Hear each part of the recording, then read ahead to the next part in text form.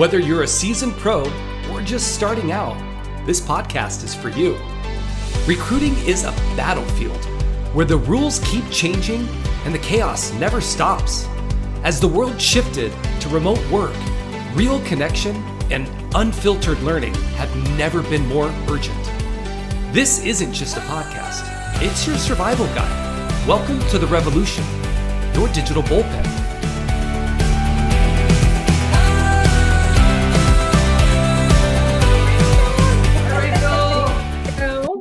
How are you? Good. Happy to be here. Yes, we're super happy to have you. Today we have an incredible guest. But before I introduce our guest, because I always forget, thank you for joining us today on your Digital Bullpen with Paula Presto and myself, Myrna Romero. We're diving into today's episode. So just make sure that you get a chance to like, comment, share, give us a little love out there. We want to make sure we reach increase and reach more listeners. Oh my God, it sounds scripted, Myrna. It sounds like you scripted it. It's not. It's right off. It just rolls off the tongue. But our incredible guest today is Rachael D'Angelo from Addison Group, with over 3 years of recruiting experience spanning from IT, accounting, and finance.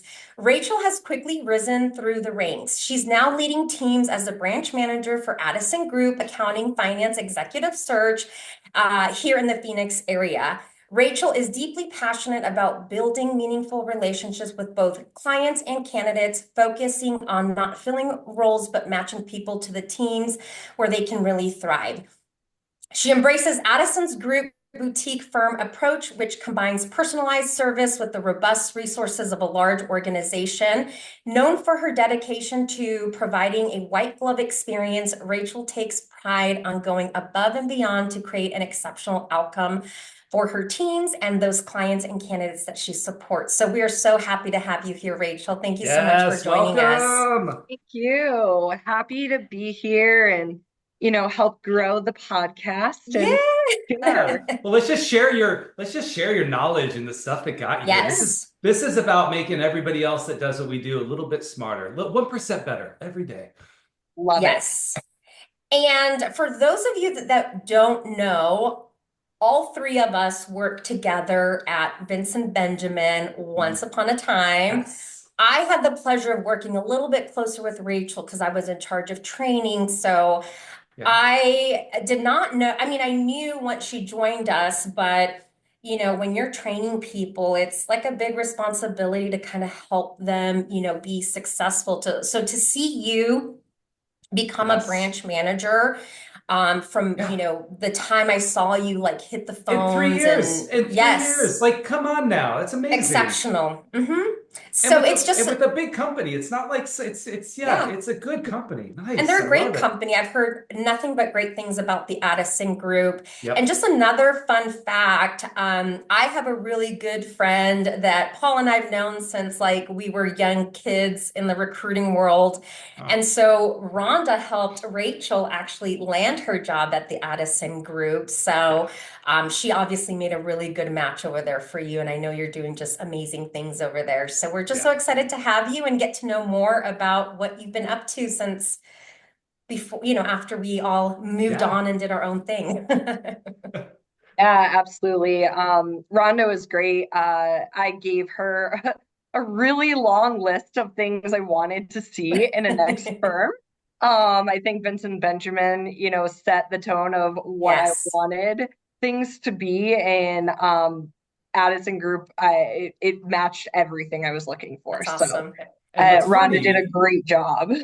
What's amazing is Rich Thompson, who founded XPG. We just had him on our podcast that we're releasing this week. And then Rhonda works for him, and then he placed you. And that is why, ladies and gentlemen, the world of recruiting, we are not enemies, even though we work for competing companies. Yes. We are all connected. And remember that. Yes. That is huge. Yep. So I have a question, because you fell into staffing after doing sales. First, I want to know who bamboozled you to get into the industry, right? Because somebody tricked you. And then obviously, tell us how you got here. I want to know your story. We heard about how you got to Addison Group, but how did you get into recruiting, and tell us about it? Yeah, I had worked in sales for probably close to 15 years. Majority of it was selling personal training education and Ah, essentially yes. selling careers. Mhm. So selling certifications with internships for people to start a career in the fitness industry. And my degrees are in exercise science. That's what I went to school for and was Yeah. passionate about it. And honestly, I got super burnt out. Yeah. I mean, personal training is a hard industry. A lot of people don't make it. A lot of people spend this money and then they never end up with a job. And I didn't really like that aspect of Mm. it. And one day, one of my friends came to me, and her and I worked together doing selling personal training education for years. And Yes. she had gotten into recruiting prior to me. And when I was like, I think I'm done with selling personal training education, she's like, look at recruiting. You would be great at it. And I was like, well, why not? Let's just try something. And I was like, okay. I researched some firms, big firms, small firms, and landed on Vincent Benjamin. And it was more like the people on the team that I interviewed Mm. with that I was like, I have to work here. Like I have to be Mhm. here. And it just felt really natural to me. And I had a great experience there. Obviously, Myrna taught me everything I knew about recruiting and great training program there that I think really set the tone for learning how to do things the right way, and how to take a candidate through the process, build the business development, build those relationships. Yeah. And then, of course, when the change happened over to the Intersect Group, and one of our main clients went on freeze, and everything was seemed very chaotic at the time. Yeah.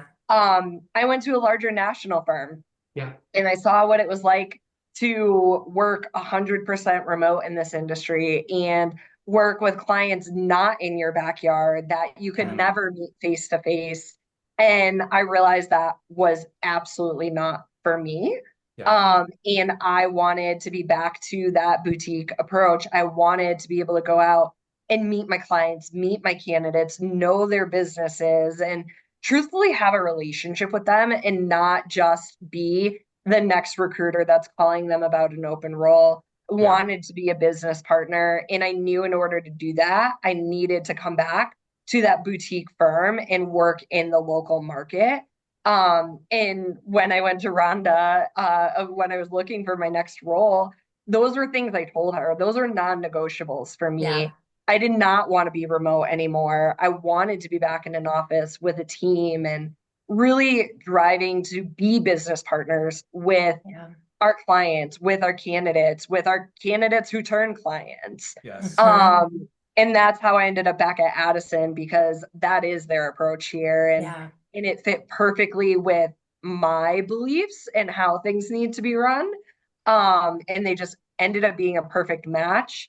I kind of lucked out in the sense that I came in where branch manager position was open. Yeah.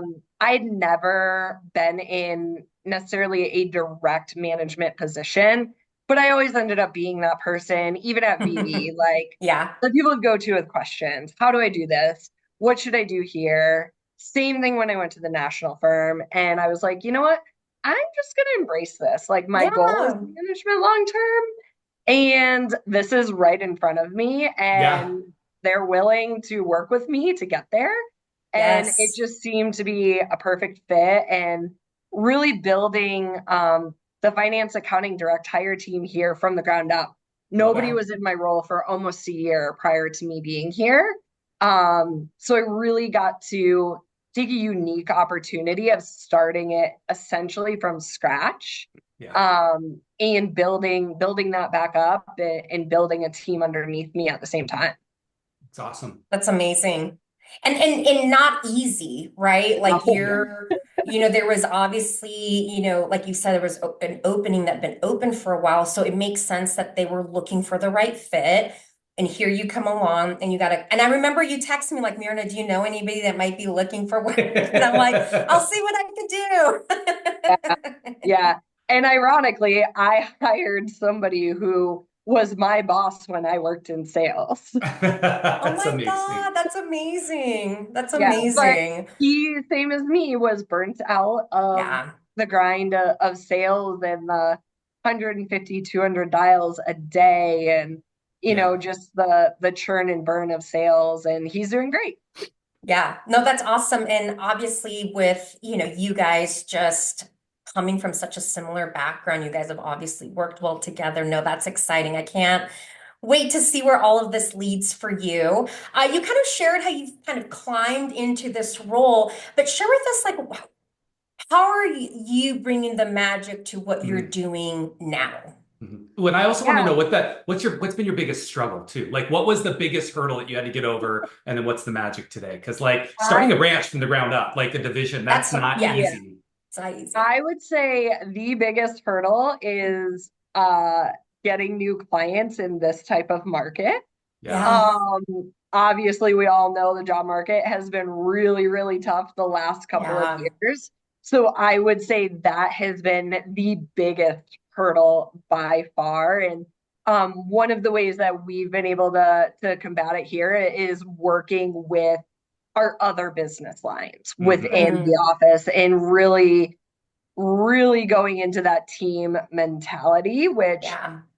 from what I know was not here previously. Super important. Um, so really partnering with our HR admin team, with our finance, accounting, contract team, our IT team, even our healthcare team, Mm. being able to partner with them and leverage some of the relationships they may Yes. have, Yeah. that has been a total game changer, and probably would be a lot more tears at the end of the day if I didn't Yeah. have them around me. But Yeah. it's definitely been a team atmosphere. And then what was the second part of the question? I forgot. What's your magic? What's the magic? Like what do you bring? Yeah. Yeah. Yeah. I would say really how we treat our clients and our candidates. Yeah. We meet everyone face to face. Yeah. Whether that be over Zoom like this, Yeah. or whether Hmm. we're going out to their office, we're taking them to coffee, we're taking them to lunch. We meet every single person we work with face to face. Yeah. Candidate side usually is more of virtual like this, Sure. Yes. just for ease for them, their Yeah. schedule. Yeah. In clients, majority of the time, we're going out and meeting them in person. Yeah. Yeah. If we're going to work with them long term, we want to see what their office is like. We want to meet their team. We Yeah. want to hear what's going on, see the environment. And Yes. I think that is what I missed in the national firm. Hmm. I couldn't do that because my clients were all over the country. Right. Yeah. Here, I'm out meeting with clients almost every single day in person. Yeah. And it makes a difference because when they have an open role or they just want advice on something, they pick up the phone and they call me, Yeah. or they Yeah. shoot me a text, or they email me. We do a great job here with a salary guide. That has been a game changer for us. We have a Yeah. salary tool, like we provide that to our clients to truthfully be a business partner. Yeah. Yeah. And I would say that's the magic to it, is it's the relationship. It's Yeah. being Yeah. a partner. They're not just any other client. Like Yeah. I can tell you a story not work related about pretty much any client on my list, right? Yes. Yeah. And that's how And then, you dive deep into it. And one thing that you pointed out that I know Paul and I kind of grew up in was that cross-selling between oh lines my of gosh. Yeah. business, right? Whether that's your HR division and just kind of compiling the list and say who's not in these with these clients and who can Mhm. make that intro and what Yes. information do we know that we can use to maybe introduce and bring in this new line of business. And Yeah. it's a lot harder to bring on a new client than it is to like grow and expand a Mm. client and like be kind of Exactly. their, go-to for any hiring needs that Yeah. they might have.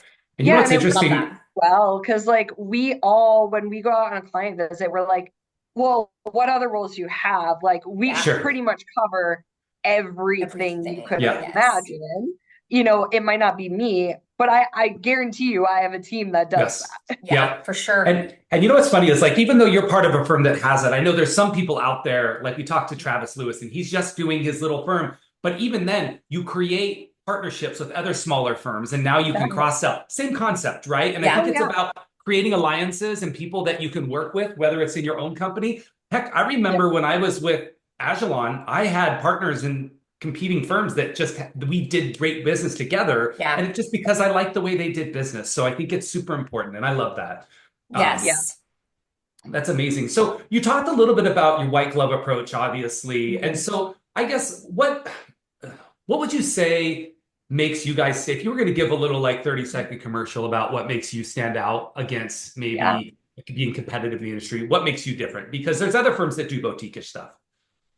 Yeah, I would say there's a few things that set us apart. On the client side, we're there to help them not just fill their roles, but with their planning.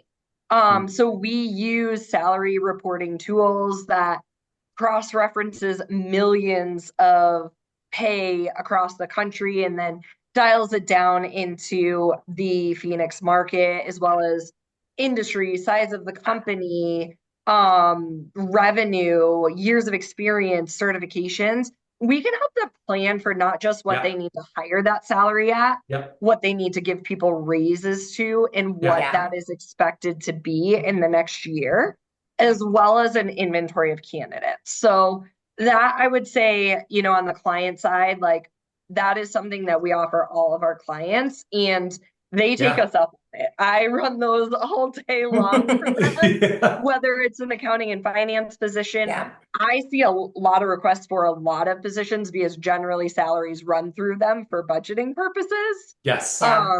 So we do quite a bit of that. The going on site, the meeting them in person, the bringing them treats, just getting to know their team, knowing the market, sharing that market intel with our clients.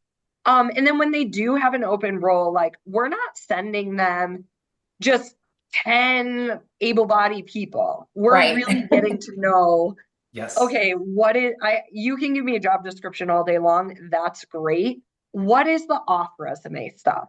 What is those soft skills? Like, what is the person you want to hire? I can tell you several of my placements since I've been here, they've come to us and said, I'm not looking for a resume, I'm looking for a person. And that is where we thrive. And we also do references. We've gone back to this old school. They do references on every candidate before we put them in front of any client. Huge. Smart. And I think that's a lost art in this like day and age. I think people wait till after the fact to do those references. With that, we also have a really big client network here between our teams. If we need to do a backdoor reference because we don't trust something, we can absolutely do that.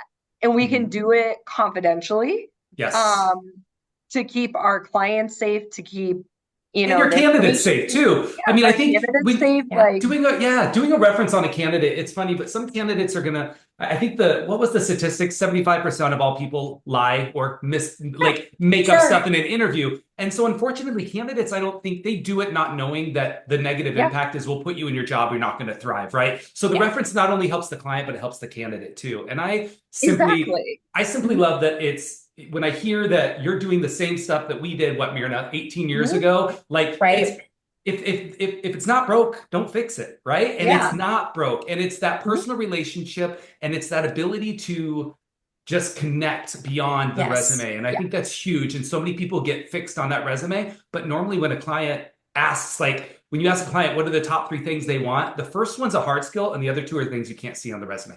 Exactly. And then they're like, well, I want to see a resume. I'm like, why?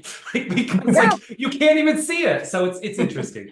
Well, the other interesting candidate back in, she just started early December. And when we got this role in, I called her and I was like, I have the job for you. And I was like, I don't really care about the job. I know you can do it. I was like, I think you and this hiring manager will work incredibly well together. Yes. And I called the hiring manager and I said, hey, look, I've got the candidate for you. She checks all the boxes of a resume. Like, don't even worry about that. Yes. I was like, you need to talk to her because I think you two are the perfect fit personality wise together. And Yes. she just called me yesterday and she's like, I literally can't thank you enough. Like, this is the perfect Yes. match. So it's really about like, you don't get to know those things about your clients Yes. or your candidates if you're not meeting with them face to face. You got a little emotional. You got to get a little emotional with them, you know? It's okay. Yeah. Well, and the other thing with references too, because I mean, I've gotten old school with the references, and I mean, it makes a difference. I think something about reference that I don't think everybody really thinks about is not everybody's really good about like bragging about themselves, right? And not every accounting and finance person is one and the same, of course, but sometimes it is hard for them to kind of in words share, they're numbers people, right? They're not always in interaction. So when you can talk to somebody's reference and then they can give you a deep dive on like, this is why they were good. And it just puts all of those pieces, together. So it's so refreshing to really hear, does. Rachel. I love it. I have a question on Because references. like the larger firms, we didn't do references. Like that wasn't really a thing. Yeah. And to come back here and like it is a non-negotiable. But we also take quotes from those references and use them as selling points. Let me ask you a question, because references, I'm still in training and I still talk about references, and I get the feedback that, well, it's so hard to get references because they give you HR. Like, tell me how you get around that. Like, what is your like magic to getting a reference from a candidate? Because I think people can benefit from some word tracks there. Yeah. So when I'm asking my candidates for references, I tell them, in order to put you in front of one of our clients, we do require 2 to 3 references. These are people, I want you to give me people that you trust and that are going to speak to your experience, not just, yes, they worked here. I want to hear about like what you did. And one of them needs to be a peer, one of them needs to be a supervisor.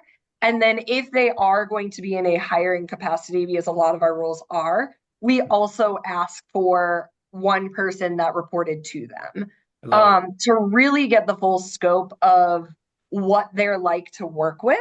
And then we just remind them like, this is to your benefit. Like, I know I tell people all the time, I'm like, I'm not good about talking about myself and my successes. Right. But some people I've worked for will talk about it for me. Yes. And we want you to use that to your benefit. And honestly, with that approach, I've never gotten given an HR reference. Good. But also it tells me a lot, because if they were with a company for 3-5 years and they can't give me a reference, bye. I'm like, okay, time to do a backdoor reference here. What's going on? Yeah, I love it. Thank you.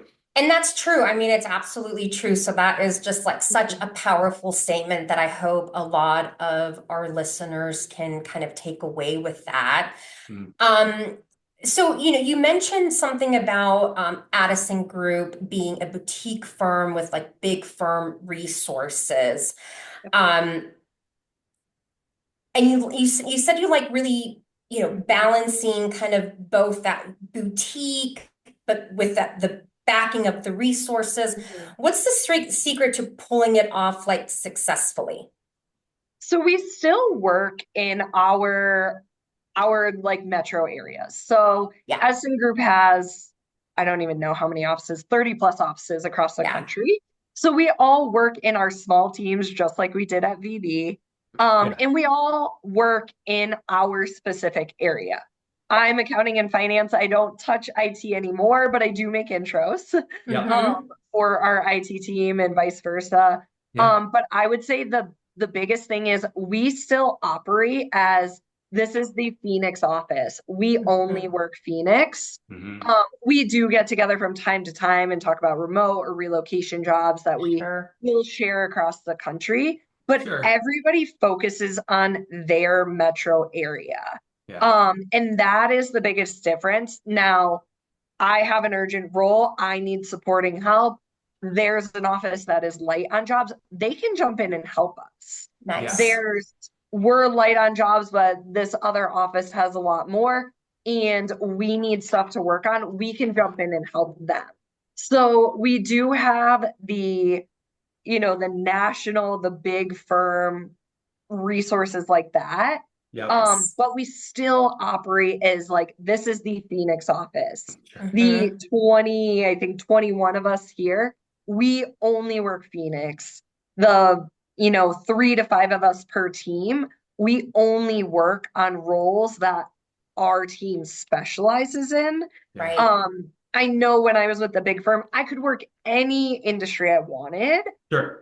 But that also made me not an expert in any industry. Anything. That's how we Yes. sell against the generalists, right? Yes. Absolutely. And I think, and that's a good point, because sometimes when you're at those large firms, but you generalize, it's to your point, you can't be an expert on this and that and this. It's focus. I love that. Or an expert on every market, right? Like there's always some nuances with each market, and then you have to like uncover what those nuances are, or what the rates are in that market. Yeah. I mean, I recruit, yes. Distance, traffic, crappy Yeah. areas, bad areas, better areas. Totally. I get it. Oh, yeah. Yeah. So obviously that human touch is something that is very important, obviously, when matching and working with your clients. And you're fine. I love the sun above your head. It was kind of like this angel. It was angelic, if you will. Seriously, just an angel glowing in. No, you're fine. So it was bouncing off my screen straight into my eye. You're like, I'm kind of blind now. Yeah. So we're talking about like artificial intelligence, and obviously all of the big companies are coming out with your co-pilots and different things in staffing. And I think Addison's on Bullhorn, I believe, or something similar, or Salesforce. Salesforce, right? Salesforce, and so they have so obviously there's a lot of, it's almost coming at us in all directions, right? Yeah. Like it's going to solve everything, but which I love. I think there's a lot of opportunity. But what would you say is the biggest thing you see AI helping us is recruiting? And what do you think is the one area it should never replace? Right. In the short term. I'll start with what it should never replace, because I've got a list that I feel really strongly about. One, it's never going to replace that personal touch. Yeah. Like, AI can read a resume. It can tell you if they match a job description. It can't determine those soft skills. It can't determine if your personality fit, if you're going to mix with the culture, if you're going to fit with that company. It can do, I say data-driven points is what it can take care of. I would say it can take care of like a lot of admin work for us. You can throw your notes in there, have it write you a beautiful write-up for your client. Yes. It can do great things like that. It can write you a phenomenal job description.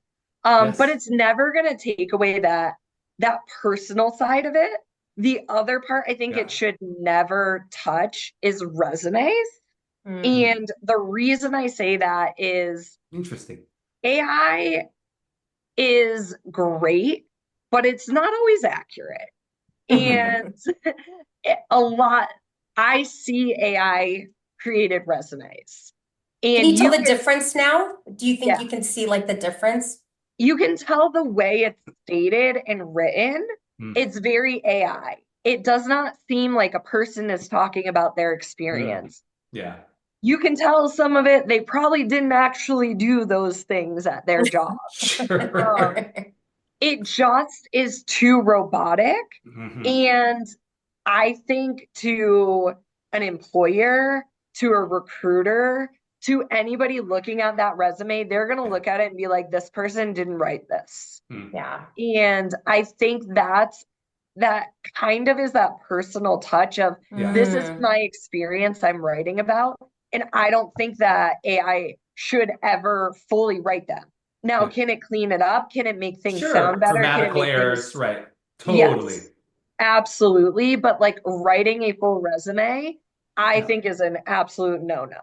Sure. Yeah, absolutely. I mean, it's good to do it some people may not know how to write a resume, so it's good to let it start, but proof it, people. Proof the resume. Make sure you did all those things. Yeah. And it's interesting. They say, make sure it sounds like you. Yeah. but I agree with you with that human touch, because it is, they say that changing jobs is just as scary as, like, there's three scary things in your life. It's buying a house, getting married, and changing jobs, right? Those things are very No, it's scary. and also having a kid and dealing Oh, with sickness and life and okay, ordeal. those fine. Yeah, Fine. yeah, yeah, those work. All right. But on that note, like, changing jobs is scary. And Yeah, it's being able very to align stressful. yourself with not only the client and the candidate, and being able to speak from a human Yes. emotion, right? And knowingly be like, I understand, I feel you, I've been there. There's the thing that it really can't. So I love that perspective. Thank you. Yeah. And it's exciting to see what it can do, but Yeah. it's also like now it's like people are like on alert about it. It seems Yeah. like. And you don't want to use like a straight AI message Yeah, either, because then people are like, oh, she just used AI to write that. Like, right. I almost think we're in the era where less is more, because it seems Mm, like a real message. Yeah. And whether, your longer message is real or not, it probably is. But people are getting so accustomed to seeing AI yeah, messages Keep that your tone. everybody's on high alert for it. yeah. Yeah. And I've noticed that a recent shift. I just had this conversation with, one of our other branch managers today when we were going to a client visit. I was like, hey, I've got this great message that has been working, and it's literally two sentences. Wow. Whereas a year ago, I would never have sent a message like that. And I Yeah. was like, I'm getting calls booked, like it's working. Like, and she's like, yeah, like I really think it's because people think it's a real message and it's Yeah. not Sure. Yeah. scripted. And they're Yeah. like, thank God a real person just And I'm like, messaged me. yeah, I'm I'm like, excited. no, I'm I going to promise I'm a respond. real person. Like, Yeah. and I try to give you information, but I just don't think that's the space we're in right now. Yeah. Yeah. Well, and you mentioned a lot about just, with AI, it's obviously growing. Teams Mhm. are obviously going to be growing. Hopefully the market starts shifting a little bit more. We start seeing more growth. So now that you're like in a leadership, and it's kind of been a tough market in that Yeah. sense, and you have these teams, how do you keep their spirits high? Are there anything Mhm. that you're doing specifically that helps kind of keep people motivated and maybe not taking those hits so Yeah. personal or feel like they're stacking on you? Yeah, we've actually done a couple of things in the office here. So every Wednesday we get together as an entire office at the end of the day and we talk about our small wins for the week. So nobody is Mm-hmm. allowed to talk about deals or placements. It's all Ah, about the small wins. Like maybe you got into a new company, maybe you had a great client visit or candidate visit. It's all about the small things that are going to add up over time to the wins, Yeah. but yeah. we really keep it to just the things that are going to get you there, not the actual wins. Those are for Mm, like our monthly meetings. Like we celebrate those as they come along, but like really picking out 2 to 3 good things for each person every week because it's important. Like this yes. market has been incredibly hard this Yes. year. I Yeah. mean, I think we had a span of maybe 2 or 3 months without a placement. Like that's Yeah. hard. It's stressful. Yeah. Um, no matter how seasoned or new you are, that's Right? just really Yeah. difficult. That's brutal. Yeah. Secondly, we created Fridays are dog days in the office. So Ooh, I love it. we a dog calendar and we all get to take turns bringing our dog to the office. Oh, that's so Um, sweet. so there's a dog here like every Friday, and you just can't be sad when there's a dog around. No, not at all. No. It's Mm-mm. impossible. And most of us have like labs or labradoodles or Oh, so golden they're just doodles. like So like perfect. they're just like the happiest animals ever. Yes. Um, so we did do that recently. And then, when it comes down to it, we have created and made like our activity goals games. Like, Yeah. okay, You we'll do gamified like, it. yeah, like we'll do a call block with a bingo and then there's prizes. Yes. We'll do a team activity goal. Collectively, we have to get to a certain number of client visits or candidate visits or Hmm. combination. And then if we hit that goal, maybe we go to a happy hour or Yeah. Yes, go to lunch. Just totally. creating like a game out of it and having goals that everybody's working towards. And they're never revenue related because we can't control that, but we can control, the number of clients we're talking to, the number of candidates we're meeting with. The leading indicators. Yeah, but if you make it a game and there's prizes, nobody's gonna not try. We're all in this business because we're competitive. Yes. And nobody wants to be at the bottom or the person that didn't try. And I just remember, you're saying that. I just have so many fond memories of all of that. And it pushed people and it just, I don't know, it just brings out and you're building, more internal relationships with those teams, because it's like, how did you do that? I want to try that. Or, how did you land that client? It's so hard to, to land those. And we also do stuff outside of the office here too. Like we have pickleball courts outside. So we've done a pickleball tournament. We do all sorts of fun stuff just to you've got Are you good at pickleball? No, I'm terrible. I would not be good. But the building just sent out yesterday that we now have a pickleball instructor so you can get lessons. Oh my God, I love that. So I mean, you have to keep it fun. I mean, the show's hard enough. Yes. You do. If not, you'll cry. Yes, totally. Exactly. Well, Rachael, if you had a crystal ball, what's one prediction you'd make about the future of leadership in the staffing industry? And, so what's one thing or maybe a couple things that you think might change within the staffing world? Yeah, I think even from when I started to where I'm at now, I think I lead a little bit differently. I don't really have set hours for my team. I like to treat them as adults and obviously if they're going to be gone for an extended period of time, it's not work related. Hey, just let me know. But having a lot more flexibility around when they're working, coming in, leaving, as long as the work's getting done. I don't really care. And I think that's very different than from when we all started. Even just a few years ago, it was very rigid. You're in your seat by 8, you're here till 8:15 meeting. Yes. And you got to be locked in. Yeah, we do have our morning board, but it's if somebody's running late, okay, let's push it back 15 minutes. Or have them call in or whatever. Yeah. It's really I would say leaning more towards the flexibility versus the rigidness. And I think when you give the people on your team that ability to be more flexible and live their life, you get a lot more out of that. Yes. And I'm noticing that I definitely run my team very different than how I started in staffing. But with it, if they're going to be gone, they tell me.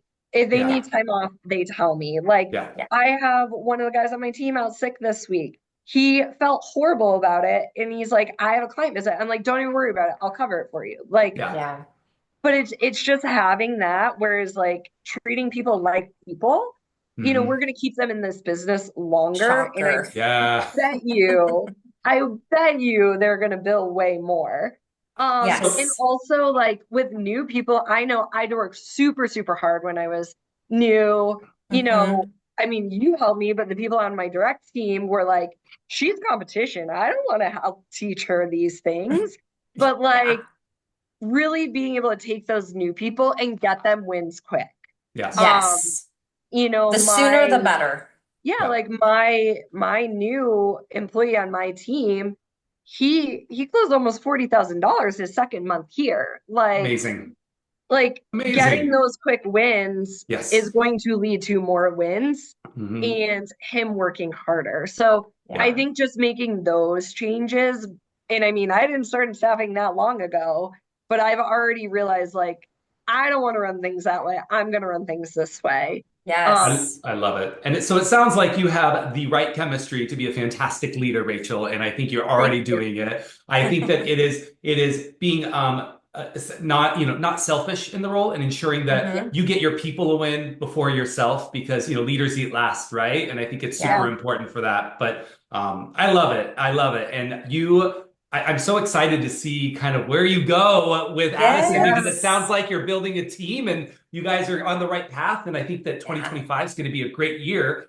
But I guess I want to know a little bit about Rachael D'Angelo outside of Addison Group. And what that means is it's our Fast Four lightning round. So the first one is, don't freak out. I don't know if you've seen the questions, but what's your guilty pleasure to decompress after a day in the world of staffing? Ooh, either the gym, because I'm a big CrossFit person, or walking my dog because he is not happy with this transition of me back to the office every day. I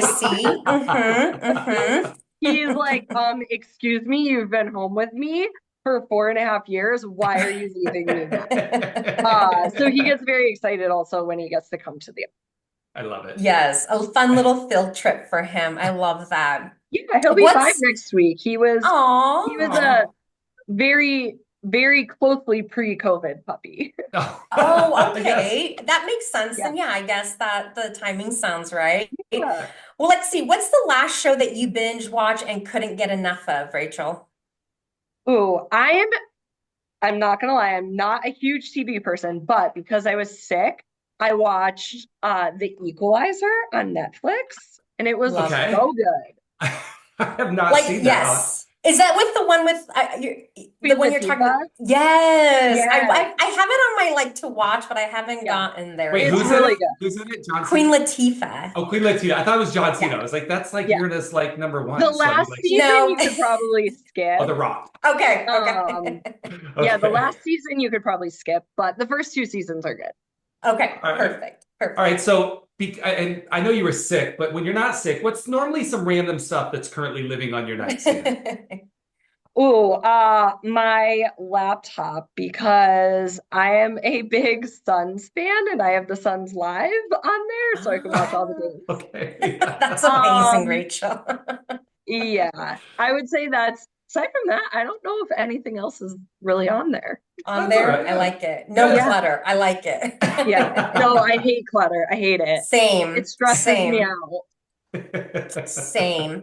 Well, our last question before we let you go, what's one thing that's filling your heart with gratitude today? I would say my team in the Phoenix office. I absolutely hit the jackpot with everybody in the office. A lot of people are actually new since I started here, which is exciting. But we have a great culture. We have a great team. We all genuinely like each other and hang out outside of work.